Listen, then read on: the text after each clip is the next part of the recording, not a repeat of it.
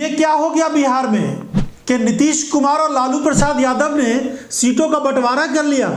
राष्ट्रीय जनता दल और जनता दल यूनाइटेड ने 17 सीटों पर चुनाव लड़ने का निर्णय ले लिया, यानी सीटों का बंटवारा कर लिया और कांग्रेस पार्टी को छोड़ दिया। कहा यह जा रहा है कि बिहार में सीटों को लेकर बात लगभग तय हो गई है, लेकिन 17 सीटें अगर जदयू और आरजेडी लड़ेंगी तो कांग्रेस पार्टी को कितनी सीटें मिलेंगी?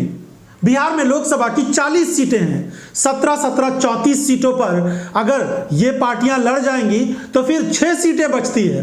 2 सीट लेफ्ट पार्टी को अगर दे दिया जाए तो फिर 36 सीटें होती है और 4 सीटें बचती है। तो क्या कांग्रेस पार्टी बिहार में सिर्फ 4 सीटों पर चुनाव लड़ेगी? ये क्या निर्णय कांग्रेस पार्टी के नेताओं को पसंद आएगा? इसको लेकर बहुत सारे सवाल चल रहे हैं। उन सवालों के बीच जब किसी भी राज्य में खास करके इंडिया गठबंधन के जो सीटों का बंटवारा है वो पूरी तरीके से तय नहीं हो पाया है। दिल्ली में लगातार बैठकों का दौर जारी है। पंजाब और दिल्ली को लेकर आम आदमी पार्टी के नेताओं के साथ कांग्रेस के नेताओं की बैठकें चल रही है। मल्लिकार्जुन खड़गे इस पर आखिरी निर्णय लेंगे। 14 जनवरी तक कहा जा रहा है कि इस पर फैसला ले लिया जाएगा।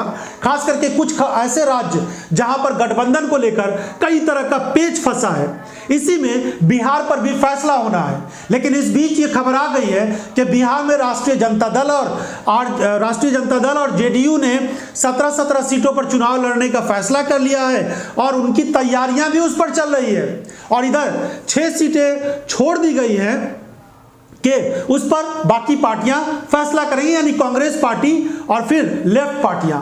तो क्या इसी फॉर्मूले पर आगे का काम होगा या फिर निर्णय ले लिया जाएगा, या फिर कांग्रेस पार्टी बिहार में कम से कम 10 सीटों पर चुनाव लड़ना पसंद करेगी? क्योंकि उसे लगता है कि बिहार में अगर महागठबंधन या गठबंधन का जो साथ होगा और उसमें चुनाव लड़ा जाएगा तो ज्यादा से ज्यादा सीटें वो जीत सकती है। ऐसी स्थिति में कांग्रेस पार्टी और ज्यादा सीटें मांग सकती है बिहार में। लेकिन दूसरी बात यह कही जा रही है कि कांग्रेस पार्टी बिहार में लालू प्रसाद यादव और नीतीश कुमार के साथ किसी भी तरह का कोई टकराव नहीं करने वाली है। इसीलिए 4 सीटों पर भी हो सकता है कांग्रेस पार्टी मान जाए या फिर 1-2 सीटें और बढ़ा दिया जाए। 16 सीटों पर दोनों पार्टियां लड़ें और उसके बाद कांग्रेस 6 सीटों पर लड़े और 2 सीटें लेफ्ट पार्टियों को दे दिया जाए।